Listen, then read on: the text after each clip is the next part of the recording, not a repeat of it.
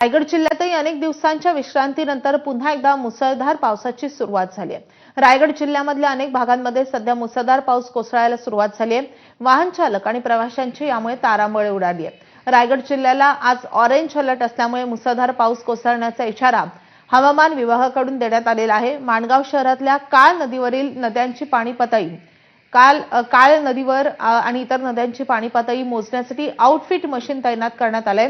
पाहुयात पावसासंदर्भातला आढावा घेतलेला आहे आमचे प्रतिनिधी गणेश महाप्रळकर यांनी। रायगड जिल्ह्यामध्ये आजपासून मुसळधार पाऊस सुरू झालेला आहे। मागील अनेक दिवसांच्या विश्रांतीनंतर रायगड जिल्ह्यामध्ये देखील आता पावसानं जोर मारलाय। आपण बघितलात तर मागील आठवडाभर सुरू राहिलेला जो पाऊस आहे त्यांनी मराठवाडा, विदर्भ, पश्चिम महाराष्ट्रामध्ये मोठ्या प्रमाणात जी आहे ती नुकसान केली होती। त्यानंतर आता अनेक दिवसांच्या विश्रांतीनंतर कोकणात देखील पाऊस सुरू झालेला आहे आणि त्यामुळे अनेक नद्यांच्या पाणी पातळीत वाढ होण्याची शक्यता आहे।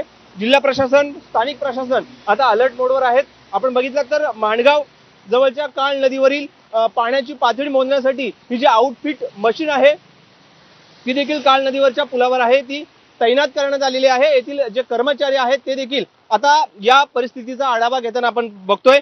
एकंदरीत आपण बघितलात तर रायगड जिल्ह्यामध्ये सध्या भात शेती मोठ्या प्रमाणात आता कापणीसाठी आलेली आहे आणि या कापणीला आलेल्या भात शेतीला देखील या मुसळधार पावसाचा मोठा फटका बसण्याची शक्यता आहे। त्यामुळे कोकणातला शेतकरी राजा, खास करून भात शेती पीक घेणारा हा शेतकरी राजा देखील हतबल होण्याची शक्यता आहे। त्यामुळे रायगड जिल्ह्यातल्या पावसाचा जोर असाच वाढला तर पूर परिस्थिती आणि शेतकरी राजा देखील पुन्हा एकदा संकटात सापडण्याची शक्यता आहे, ती नाकारता येत नाहीये। गणेश महाप्रळकर, एबीपी माझा, रायगड।